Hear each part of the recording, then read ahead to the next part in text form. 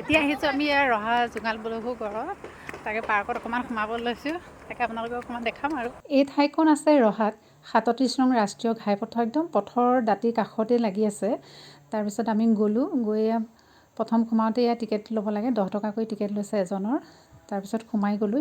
ইয়াৰ এটা ঐতিহাসিক কাহিনী আছে সেয়ে অকণমান আপোনালোককো জনাওঁ বোলো। ইতিহাসৰ তথ্যমতে তিৱা জাতিৰ বীৰ পুৰুষ আছিল জোঙাল বলহু। আৰিমত্ত আৰু খলা ৰাজ্যৰ ৰাণী গংগাৱতীৰ পুত্ৰ হ'ল জোঙাল বলহু। তেওঁলোকৰ সামাজিক বাধা নিষেধৰ বাবে যদিও বিবাহ হোৱা নাছিল তেওঁলোকৰে পুত্ৰ হ'ল জোঙাল বলহু। আৰু সেই জোঙাল বলহুৱে ৰাজ্য বিস্তাৰ কৰিবলৈ গৈ নিজৰ পিতৃক চিনি নাপাই শেষত হত্যা কৰিবলগীয়া হৈছিল তেখেতক। আৰু জোঙাল বলহুৱে লৈ থকা তৰোৱালখন দেওলাংখুই বুলি কয়।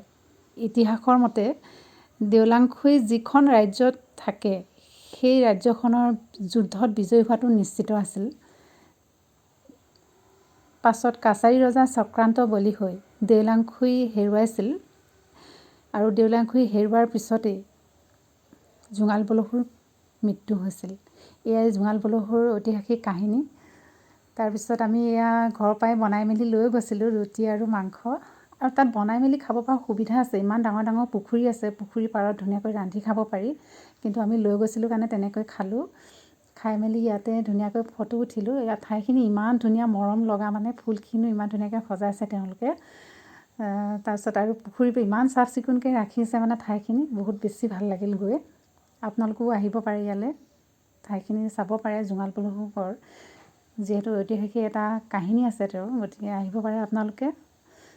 ধুনীয়াকৈ সজাই মেলি থৈছে আৰু তাত বন্তি জ্বলাই, বন্তিৰ ওচৰত চুব নিদিয়ে বাৰু হেৰি তেনেকুৱা আৰু। তাৰপিছতে আমি উভতনি সময়ত এনেকৈয়ে খাই মেলি উভতি গুচি আহিলোঁ ঘৰলৈ। দাদা থাকক দি যাওঁ আমি। এয়া আমি যাবলৈ ওলালোঁ। ড্ৰাইভাৰে উঠি গ'ল।